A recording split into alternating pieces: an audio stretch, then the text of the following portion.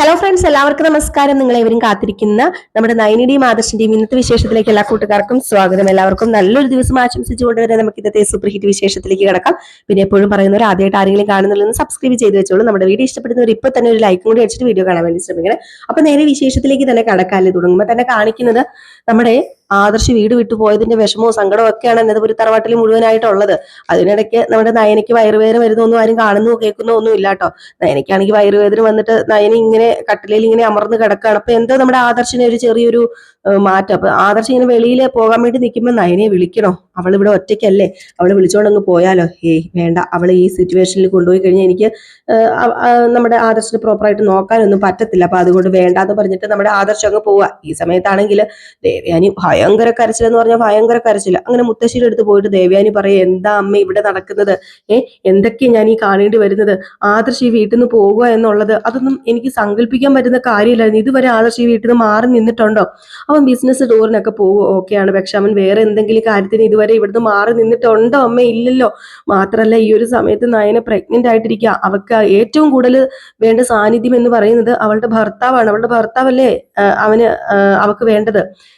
ആ ഒരു സമയത്ത് ആദർശ് ഇങ്ങനെ പോകുമ്പം ഇതെങ്ങനെയമ്മ ശരിയാവുന്നത്? ഈ വീട്ടിലെ ഒരു എന്താ പറയാ, ഒരു നടുംതൂണ് അടർന്നു പോയി കഴിഞ്ഞാൽ എങ്ങനെ ഇരിക്കും? ആ ഒരു അവസ്ഥയല്ലേ അമ്മ ഇത് എന്നൊക്കെ പറയുമ്പോൾ, മോളെ നീ ഇതൊന്നും എന്നോട് പറഞ്ഞിട്ട് കാര്യമില്ല. ഞാൻ ഇതൊക്കെ നിന്റെ മുത്തശ്ശനോട് പറഞ്ഞതാ. നീ ഒരു കാര്യം ചെയ്യ, നിന്റെ സങ്കടങ്ങളും വിഷമങ്ങളും ഒക്കെ ഉണ്ടെങ്കിൽ നീ മുത്തശ്ശനോട് ചെന്ന് പറയുക, നിന്റെ അച്ഛനോട് ചെന്ന് പറയുക.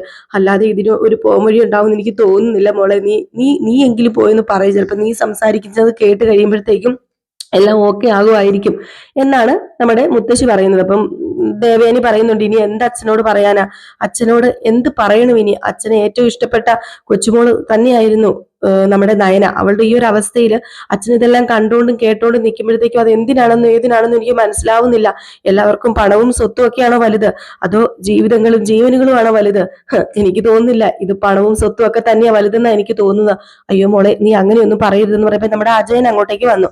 അജയൻ അങ്ങോട്ടേക്ക് വന്നപ്പോഴത്തേക്കും, അജയേട്ട ഒന്ന് അച്ഛനോട് പറയാ അജയേട്ട, എനിക്ക് പറ്റണില്ല. എന്റെ മോൻ ഇവിടെ ഇല്ലാതെ എനിക്കൊരു ശ്വാസം പോലും എടുക്കാനായിട്ട് പറ്റത്തില്ല അജയേട്ട. പ്ലീസ് അജയേട്ട പോയി പറയും, നമ്മുടെ മോൻ എന്ത് തെറ്റാ ചെയ്ത് അജയേട്ടാന്ന് പറഞ്ഞുകൊണ്ട് നമ്മുടെ അജയന്റെ പുറത്തേക്ക് അങ്ങ് വീണ് കിടന്ന് ഭയങ്കര കരച്ചിൽ ദേവയാനി. അപ്പൊ അജയൻ പറഞ്ഞു, നീ സമാധാനപ്പെട്ട് ദേവയാനി, നീ ഇപ്പൊ നയനയെ സമാധാനപ്പെടുത്തേണ്ട നീയാണോ ഇപ്പൊ കിടന്ന് ഈ കരയുന്നത്? നീ സമാധാനപ്പെട്. മാത്രമല്ല, ആദർശ് ഇവിടെ നിന്ന് ഇറങ്ങി പോയിട്ടുണ്ടെങ്കിൽ അതിനൊരു കാരണമായിട്ടുള്ള ഒരു എന്തെങ്കിലും ഒരു വ്യക്തമായ കാരണം കാണുമായിരിക്കും. അല്ലാതെ അവൻ ഇവിടുന്ന് രണ്ടും കൽപ്പിച്ചൊന്നും ഇറങ്ങി പോകത്തൊന്നുമില്ല. അവൻ ഈ വീടിന്റെ പതനത്തിന് വേണ്ടി ഒന്നും നിൽക്കത്തൊന്നുമില്ല. അവൻ ഈ വീട് ഉയർന്നു വരാന്, ഇവിടെ എന്തെങ്കിലും ഹാൾട്ട് ഉണ്ടായിട്ടുണ്ടെങ്കിൽ അത് നികത്താൻ വേണ്ടിയൊക്കെ ആയിരിക്കും പോയത്. ആ ഒരു സമയത്ത് നയനയും കൊണ്ട് പോയി കഴിഞ്ഞിട്ടുണ്ടെങ്കിൽ ശരിയാവോ? നയനയും കൊണ്ട് പോയി കഴിഞ്ഞാൽ അവളെ ആരും നോക്കും? ഇവിടെയാണെങ്കിൽ അവനറിയാം സുരക്ഷിതത്വമാണ്, ഇവിടെ എല്ലാവരും ഉണ്ട് നയനയ്ക്ക്. അവന്റെ ഭാര്യ ഇവിടെ സുരക്ഷിതയാണ് എന്നൊക്കെ അറിയാം. അതുകൊണ്ടല്ലേ അവൻ ഭാര്യനെ കൂട്ടാതെ പോയത്. അപ്പൊ നമ്മൾ അങ്ങനെയാണോ വിചാരിക്കേണ്ടത്? അവൻ ഈ ഒരു സമയത്ത് പോയത് എന്തിനാണ് എന്ന് വ്യക്തമായി നമ്മൾ മനസ്സിൽ വിചാരിക്കണം. നമ്മൾ വ്യക്തമായിട്ട് അറിയണം. അതാണ് നമ്മൾ ചെയ്യേണ്ടത് എന്നൊക്കെ പറയാ. ഇതൊക്കെ കേട്ടിട്ട് നമ്മുടെ ദേവയാനിക്ക് സമാധാനമൊന്നും വരുന്നില്ല കേട്ടോ.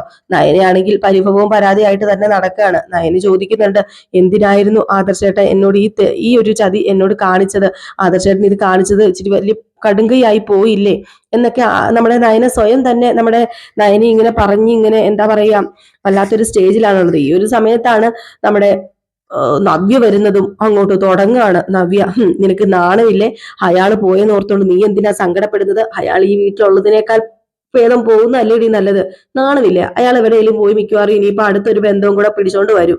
എന്റെ പൊന്ന് നയനെ, നീ ഇവിടെ നിൽക്കാതെ വീട്ടിൽ പോകാൻ നോക്ക്. അതാ നിനക്ക് നല്ലത്. അവിടെയാണെങ്കിൽ അമ്മ നിന്നെ പൊന്നു പോലെ നോക്കും. ഇവര് പലതും പറയും, ഇവര് തെറ്റ് ചെയ്ത മക്കളോ കൂട്ടു നിൽക്കുള്ളൂ എന്ന് പറഞ്ഞപ്പോഴത്തേക്കും ഉയ്യോ ദേഷ്യം വന്നു കേട്ടോ. നമ്മുടെ നയനയ്ക്ക് അത്രയും നേരം നയനെ പിടിച്ചു നിന്നു. ഒരു തെറ്റും ചെയ്യാത്ത ആദർശിനെ ക്രൂശിക്കാൻ തുടങ്ങിയിട്ട് കുറെ ആയി. നമ്മുടെ നയന അത് കേട്ട് കേട്ട് കേട്ട് കേട്ട് സഹികെട്ട് നിൽക്കുകയാണ്. അപ്പൊ നയന എന്ത് ചെയ്യുന്നു? ചേച്ചി എന്തൊക്കെ ഈ പറയുന്നത്? എന്താ ഈ വിളിച്ചു പറയുന്നത്? ദേ ഞാനൊരു കാര്യം പറഞ്ഞേക്കാം. ചേച്ചി എന്നല്ലാട്ടോ, എന്താ നീ വിളിച്ചു പറയുന്നത്? ഞാനൊരു കാര്യം പറഞ്ഞ ചേച്ചി എന്ന് തന്നെ പറയുന്നത്. ഞാനൊരു കാര്യം പറഞ്ഞേക്കാം.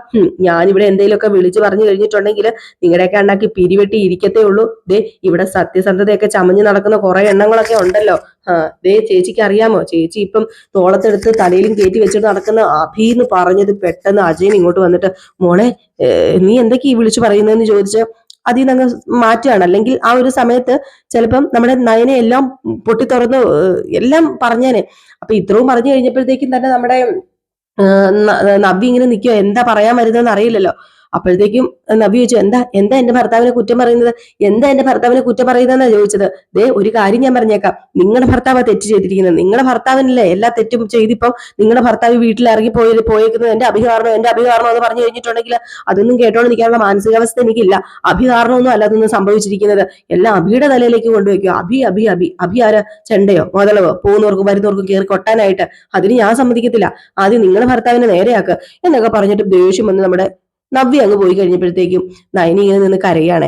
അപ്പം അജയൻ പറഞ്ഞു, മോളെ നീ എന്താ മോളെ ഈ കാണിക്കുന്നത്, എടുത്തു ചാടി ഓരോന്ന് വിളിച്ചു പറഞ്ഞു കഴിഞ്ഞിട്ടുണ്ടെങ്കിൽ നിന്റെ ചേച്ചിയുടെ സ്വഭാവം നിനക്ക് അറിയത്തില്ലേ, നിനക്ക് അറിയാലോ നന്നായിട്ട് നിന്റെ ചേച്ചിയുടെ സ്വഭാവം, അങ്ങനെയൊക്കെ പ്രശ്നമാകും, വലിയ പ്രശ്നമായി കഴിഞ്ഞിട്ടുണ്ടെങ്കിൽ എന്ത് ചെയ്യും നീ, അതുകൊണ്ട് വേണ്ട ഇതൊന്നും പറയണ്ട. നമ്മൾക്ക് സഹിക്കാവുന്നതിലും അപ്പുറം സങ്കടങ്ങളൊക്കെ ഉണ്ടാകും, എനിക്കറിയാം മോളുടെ അവസ്ഥ അതിലൂടെയാണ് കടന്നു പോകുന്നത്. പക്ഷേ ഇപ്പൊ നമ്മള് എന്തെങ്കിലുമൊക്കെ വിളിച്ചു പറഞ്ഞു കഴിഞ്ഞാല്, എന്തെങ്കിലുമൊക്കെ ചെയ്തു കഴിഞ്ഞാല് പോകാൻ പോകുന്നത് നിന്റെ ചേച്ചിയുടെ ഫാമിലി, നിന്റെ ചേച്ചിയുടെ കുടുംബം, ജീവിതം, നിന്റെ ചേച്ചിയുടെ കുഞ്ഞിന്റെ ജീവിതം ഒക്കെയാണ്. അങ്ങനെ തോന്നുന്ന സമയത്ത് വിളിച്ചു പറയാനുള്ളതല്ല ഇതൊന്നും. അത് പിന്നെ അച്ഛ കൈ വിട്ടുപോയി, പിടിവിട്ടുപോയി. ആദർശേട്ടന് കുറ്റം പറയുന്നതിനൊരു പരിധിയില്ലേ. ഒന്നാമത് എന്റെ ആദർശേട്ടൻ ഇവിടെ ഇല്ലാത്തതിന്റെ സങ്കടം, വിഷമം ഒക്കെ എനിക്ക് നിൽക്കാൻ മനസ്സിലാ. അപ്പോഴാണ് ആദർശേട്ടനെ കുറ്റം പറഞ്ഞുകൊണ്ട് വരുന്നത്. എങ്ങനെ ഞാനിത് സഹിക്കും, എങ്ങനെ ഞാനിത് കേട്ടോണ്ട് നിൽക്കും. മോളെ അതിപ്പം തൽക്കാലം മോള് കേട്ടോണ്ട് നിൽക്കുക. ഞാൻ പറഞ്ഞല്ലോ, ആദർശ് പോയിരിക്കുന്നത് എന്തെങ്കിലും ഒരു വ്യക്തമായ കാരണം ഉണ്ടായിട്ടായിരിക്കും. അവൻ ഇവിടുന്ന് വെറുതെ ഒന്നും ഇറങ്ങിപ്പോവില്ല, അവൻ തിരിച്ചിങ്ങോട്ട് തന്നെ കയറി വരും, അത് ഉറപ്പുള്ള കാര്യമാണ്. അവൻ പോയ കാര്യങ്ങളൊക്കെ ചെയ്ത് ഭദ്രമാക്കിയിട്ട് അവൻ കയറി വരും. മോൾ അതുവരെ ക്ഷമിക്കണം, ക്ഷമിച്ചിരിക്കണം, എന്റെ മോക്ക് ക്ഷമിക്കാനുള്ള ഒരു മനസ്സില്ലേ എന്നൊക്കെ പറഞ്ഞ് നയനയെ സമാധാനിപ്പിക്കുന്നു. ഈ സമയത്ത് അജയന് ദേഷ്യം വന്നു കേട്ടോ. നവ്യ രണ്ടെണ്ണം പറഞ്ഞില്ലെങ്കിൽ നമ്മുടെ അജയന് പിന്നെ സമാധാനം കിട്ടത്തില്ല. അങ്ങനെ അജയൻ നേരെ ചെല്ലുകയാണ് നവ്യയുടെ അടുത്തേക്ക്. എന്നിട്ട് നവ്യയുടെ അടുത്തേക്കല്ല, സോറി, നവ്യയോട് പറയാൻ പറ്റത്തില്ലല്ലോ അജയൻ. അപ്പൊ നേരെ അഭിയുടെ അടുത്തേക്ക് ചെല്ലുക. നീ മര്യാദയ്ക്ക് ഇരുന്നോണം കേട്ടോടാന്ന് പറഞ്ഞ് കുത്തിനു പിടിച്ച് നമ്മുടെ അഭിക്കിട്ട് രണ്ട് പൊട്ടിയിലൊക്കെ പൊട്ടിക്കുകയാണ് അജയൻ. നീ ഒറ്റ ഒരുത്തൻ കാരണമാണ് ഈ കുടുംബത്തിന്റെ സമാധാനം നഷ്ടപ്പെട്ടത്, അതുകൊണ്ടാണ് ഇപ്പൊ ഇങ്ങനെയൊക്കെ ഉണ്ടായി തീരുന്നെന്ന് പറഞ്ഞപ്പോ, എന്താ അമ്മാവ ഞാൻ എന്ത് തെറ്റാ അമ്മാവ ചെയ്തത്, വിടമ്മാവ എന്നെ വിടമ്മാവ എന്നൊക്കെ പറഞ്ഞുകൊണ്ട് ഭയങ്കരമായിട്ട് ഇങ്ങനെ കേണപേക്ഷിക്കണം. നിന്നെ വിടാനോ, നിന്നെ വിടാൻ എനിക്ക് മനസ്സിലാടാ, നിന്നെ എന്തിനാടാ ഞാൻ വിടുന്നത്, നീയും നിന്റെ തള്ളയും കൂടെ ചേർന്ന് ഇവിടെ മുടിക്കല്ലേ. അതെ, മൊബൈലിൽ പോയി ജയിലിൽ കടന്നു എന്ന് പറഞ്ഞുകൊണ്ട് നിങ്ങൾ ഇവിടെ എന്തൊക്കെ പോയിലായിരുന്നു ഉണ്ടാക്കിയത്. എന്റെ ആദർശ് മോൻ ഒളിച്ചിരുന്നതെല്ലാം കേട്ടതാ. നിങ്ങൾ എന്റെ ആദർശ് മോൻ ഇവിടെ ഇറങ്ങി പോകാനും ജയിലിൽ കിടക്കാനൊക്കെ ആഗ്രഹിച്ചവരാ. അപ്പം ഇതിനൊക്കെ കാരണക്കാരൻ നിങ്ങൾ തന്നെയാ, നിങ്ങൾ എന്ന് പറഞ്ഞു ഇങ്ങനെ പിടിച്ചു വലിച്ചപ്പോഴത്തേക്കും പെട്ടെന്ന് ജലജ വന്നിട്ട്, എന്താ അജയ ഈ കാണിക്കുന്നത്, വിട എന്റെ കൊച്ചിനെ നിങ്ങൾ എന്താ ഈ കാണിക്കുന്നതെന്ന് ചോദിച്ചപ്പോഴത്തേക്കും കൊച്ചു വന്നിരിക്കുന്ന ഒരു കൊച്ച്, ദേ തള്ളയ്ക്ക് മോനും ഒരു കാര്യം അറിയാലോ, സത്യങ്ങളൊക്കെ വിളിച്ചു പറഞ്ഞു കഴിഞ്ഞിട്ടുണ്ടെങ്കിൽ അധികം ആയുസില്ലാത്തവര്, അതുകൊണ്ട് അഹങ്കരിക്കരുത്, മര്യാദയ്ക്ക് ഒരു മൂലക്കങ്ങണം കഴിഞ്ഞു കൂടിക്കോണം എന്ന് പറഞ്ഞിട്ട് നമ്മുടെ അജയൻ അങ്ങ് പോയി. അപ്പോഴത്തേക്കും ജലജ ചോദിച്ചു, എന്താടാ സംഭവിച്ചത്, എന്ത് സംഭവിക്കാനാ, അയാൾക്ക് ഭ്രാന്ത്, അയാളുടെ മകൻ പോയില്ലേ, അതിന്റെ സങ്കടം ആവശ്യത്തിലോളം അയാൾക്കും ഉണ്ട്. അത് ശരിയാ മോനെ, ആ ഒരു സങ്കടം പുറത്ത് കാണിക്കുന്നില്ലെങ്കിലും മനസ്സിൽ വേണ്ടുവോളം ഉണ്ട്. അവന്റെ മകൻ ഇവിടെ നിന്ന് ഇറങ്ങിപ്പോയതില് ഭയങ്കര സങ്കടം. പോട്ടെ, എല്ലാത്തിനും സങ്കടം മൂത്ത് തൊലയട്ടെ. അനന്തപുരി തലവാട്ട് ചിഹ്നം ഭിന്നമായിട്ട് പോണം. പിന്നെ നീ സൂക്ഷിക്കണം, കാരണം കാര്യങ്ങളും എല്ലാം ഇപ്പം ഇവട്ടം വരെ എത്തി നിൽക്കുകയാണ്. അപ്പം എന്ത് ചെയ്യണം, സൂക്ഷിക്കണം. ഇനിയിപ്പം സത്യങ്ങളൊക്കെ അങ്ങനെ നവ്യ അറിഞ്ഞു കഴിഞ്ഞാല് അറിയാലോ എന്താ സംഭവിക്കാൻ പോകുന്നതെന്ന്. അതുകൊണ്ട് സൂക്ഷിച്ചും കണ്ടും വേണം എല്ലാ കാര്യങ്ങളും കൈകാര്യം ചെയ്യാനായിട്ട്. കേട്ടല്ലോ? ശരി അമ്മേ, ഏതായാലും ഇനി സൂക്ഷിച്ചും കണ്ടും നിൽക്കാനാണ് ഞാനും തീരുമാനിച്ചിരിക്കുന്നത്. ഇങ്ങനെ പോയി കഴിഞ്ഞിട്ടുണ്ടെങ്കിൽ സഹി കെട്ടിട്ട് ചിലപ്പം നയനിയും എല്ലാവരും കൂടി സത്യങ്ങൾ വിളിച്ചു പറഞ്ഞാലേ നമ്മുടെ ജീവിതം അതോ ഗതി. അതുകൊണ്ട് കാര്യങ്ങളൊക്കെ നല്ല രീതിയിൽ തന്നെ നീക്കി എല്ലാം സെറ്റ് ആക്കണം എന്ന് തന്നെ ഇങ്ങനെ പറയാണ് കേട്ടോ നമ്മുടെ അഭിയും ജലജയും കൂടെ. അവർക്ക് ഇപ്പോഴും പേടിയാണ് കേട്ടോ, കാരണം സത്യങ്ങളൊക്കെ വെളിയിൽ അറിഞ്ഞു കഴിഞ്ഞിട്ടുണ്ടെങ്കിൽ നവ്യ ഉറപ്പായിട്ടും ഇങ്ങനെയൊന്നും അല്ല പ്രതികരിക്കാൻ പോകുന്നത്. ഇപ്പം ഇവരുടെ കൂടെ നിൽക്കുന്ന നവ്യ നേരെ മറുകണ്ഠം ചാടിയിട്ട് തിരിഞ്ഞ് അടിച്ചിട്ടേ പോകത്തുള്ളൂ. ഈ ഒരു സമയത്ത് നമ്മുടെ ആദർശിനെ കാണിക്കുന്നുണ്ട്. അപ്പം ആദർശ ഉള്ള സ്ഥലത്ത് എല്ലാ കാര്യങ്ങളും ഒക്കെ ഓക്കെ ആണ് കേട്ടോ. ആദർശ സേഫ് ആണ്, ആദർശ എല്ലാ കാര്യങ്ങളൊക്കെ ഓക്കെ ആണ്, ആദർശിന് വേറെ പ്രശ്നങ്ങളൊന്നും തന്നെ ഇല്ല. അപ്പം അതാണ് കാണിക്കുന്നത്. അപ്പം ആദർശ് ഇങ്ങനെ എല്ലാം ഓക്കെ ആക്കണം, ആദർശിന്റെ റൂമൊക്കെ റെഡിയാക്കണം, ആദർശിന്റെ സ്ഥലമൊക്കെ റെഡിയാക്കണം നമ്മുടെ ഓരോരുത്തർ പറയാണ്. ഈ ഒരു സമയത്ത് നമ്മുടെ കിരൺ കയറി അങ്ങോട്ടേക്ക് വരികയാണ് കേട്ടോ. അപ്പൊ കിരൺ കയറി അങ്ങോട്ടേക്ക് വന്ന് നമ്മുടെ ആദർശിനോട് സംസാരിക്കാൻ വേണ്ടി ഇരിക്കാം. അപ്പോഴത്തേക്കും നമ്മുടെ കിരൺ പറയുന്നുണ്ട്, അളിയ എല്ലാം ഞാൻ അറിഞ്ഞു, ഞാനും ഓരോ പ്രതീക്ഷയിലൊക്കെ ആയിരുന്നു, പക്ഷെ ഇപ്പൊ എന്ത് ചെയ്യാനാണ്, നീ വിഷമിക്കൊന്നും വേണ്ട, ഞാൻ നിന്റെ എല്ലാ പ്രശ്നങ്ങളും അറിഞ്ഞത്, അത് കാരണം വീട് വിട്ട് വരേണ്ട ആവശ്യം ഉണ്ടായിരുന്നോ?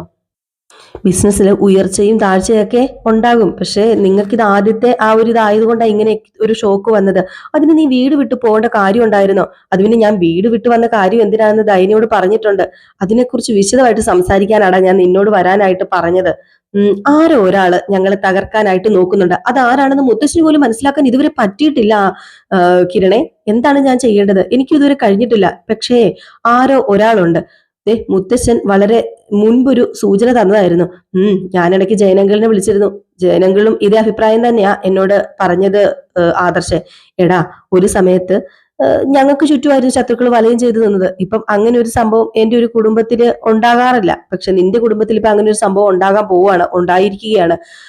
ആ പഴയ കാലമൊക്കെ ഞാൻ ആലോചിക്കാറുണ്ട്. പിന്നെ അഭി അവന്റെ പെണ്ണിനെ നിന്റെ എതിരാളിയുടെ അടുത്തേക്ക് പറഞ്ഞു വിട്ടല്ലോ. അതൊക്കെ ഞങ്ങളുടെ ജ്വല്ലറീനെ മാത്രമല്ല, പിന്നെ അതൊക്കെ ഞങ്ങളുടെ ജ്വല്ലറിയും കുടുംബത്തെ ഒക്കെ തകർക്കാൻ വേണ്ടി ഉണ്ടാക്കിയതല്ലായിരുന്നോ? ബിസിനസ്സിൽ മത്സരങ്ങൾ ഉണ്ടാവുമല്ലോ. പക്ഷെ ഇവിടെ ബിസിനസ് മാത്രമല്ല, അനന്തപുരി തറവാട്ടിനെ കൂടി ഇല്ലായ്മ ചെയ്യാനാണ് എതിരാളികൾ ശ്രമിച്ചുകൊണ്ടിരിക്കുന്നത്. അത് ഉറപ്പുള്ള കാര്യം. അപ്പൊ അതുകൊണ്ട് ഇത് പുറത്തുനിന്ന് മാത്രമുള്ളൊരു കളിയാണെന്ന് പറഞ്ഞു കഴിഞ്ഞിട്ടുണ്ടെങ്കിൽ അത് അത്രയ്ക്ക് ശരിയല്ല. അകത്ത് നിൽക്കുന്നവരും ഇതിന് എന്തൊക്കെയോ പ്ലാനും പദ്ധതികളും കളിക്കുന്നതും ഒക്കെ ഉണ്ട്. മുഖം മൂടി അണിഞ്ഞവർ ഒരുപാട് ഞങ്ങൾക്ക് ചുറ്റിനും ഉണ്ട് എന്നിങ്ങനെ നമ്മുടെ ആദർശ് പറഞ്ഞപ്പോഴത്തേക്കും നമ്മുടെ കിരണിനും അങ്ങനെ തോന്നി പോകുന്നുണ്ടോ. അപ്പൊ ഏകദേശം ഈ ഒരു സീൻ കാണിച്ചിട്ടാണ് ഇന്നത്തെ വിശേഷം അവസാനിക്കുന്നത്. അപ്പൊ എല്ലാവരും കാത്തിരിക്കുക, അടിപൊളി വിശേഷം തന്നെയാണ് ഓരോ ദിവസവും വരാനിരിക്കുന്നത് കേട്ടോ. അപ്പൊ എല്ലാവർക്കും വീണ്ടും നല്ലൊരു ദിവസം ആശംസിച്ചുകൊണ്ട് നിർത്തുകയാണ്. നമ്മൾ ഇന്നും രാവിലെ നയനയുടെയും ആദർശിന്റെയും കഥ ഇപ്പം ഡെയിലി ഇടാറുണ്ട് കേട്ടോ. കുറച്ച് നാൾ നമ്മൾ ഇടാറില്ലായിരുന്നു, കുറച്ച് തിരക്കും കാര്യങ്ങളൊക്കെ ആയിരുന്നത് കൊണ്ടാണ്. അത് ഞാൻ നിങ്ങളോട് പറഞ്ഞിരുന്നു. അപ്പൊ ഇപ്പൊ നമ്മൾ എന്നും നയനയുടെയും ആദർശിന്റെയും കഥ ഇടാറുണ്ട്. കൂടെ രേവതിയുടെയും സച്ചിയുടെയും കഥ ഡെയിലി ഇടാറുള്ളതാണ്, നിങ്ങൾ കാണാറുള്ളതാണല്ലോ അല്ലെ. അപ്പം അത് നമ്മൾ ഇതിന് മുമ്പ് ഇട്ടിട്ടുണ്ട്. അത് കണ്ടിട്ടില്ലാത്തവരൊന്ന് പോയി കണ്ടോളൂ. പിന്നെ നമ്മുടെ അലീനയുടെ കഥ, അത് റിയൽ സ്റ്റോറിക്കകത്താണ് ഇടുന്നത്. റിയൽ സ്റ്റോറി എന്ന് അടിച്ചു കൊടുത്തിട്ട് നമ്മുടെ അലീനയുടെ കഥയുടെ പേരും അടിച്ചു കൊടുത്തു കഴിഞ്ഞിട്ടുണ്ട് നിങ്ങൾക്ക് ആ ചാനലിൽ കിട്ടും കേട്ടോ. അപ്പം അതിലൊന്ന് പോയിട്ട് ഒന്ന് കാണുക. അവിടെ അടിപൊളിയായിട്ട് കഥ പൊക്കോണ്ടിരിക്കുകയാണ്. അപ്പൊ നമ്മൾ ഇന്നത്തെ കഥ അലീനയുടെ കിട്ടിയിട്ടില്ല. ഇന്നലത്തെ കഥ, അതായത് പ്രേമവിശേഷം, ഇന്നത്തെ പ്രേമവിശേഷം നമ്മൾ ഇന്നലെ ഇട്ടിട്ടുണ്ടായിരുന്നു. അതും കണ്ടിട്ടില്ലാത്തവർ കയറി കണ്ടു നോക്കിയോളൂ. സൂപ്പർ തന്നെയാണ്. അപ്പൊ Tata bye bye. Next video ആയിട്ട് കാണാം. ലൈക്ക് അടിക്കാൻ മറക്കരുത്, അതുപോലെ ഹൈപ്പ് മറക്കരുത്, സബ്സ്ക്രൈബ് ചെയ്യാനും മറക്കരുത്.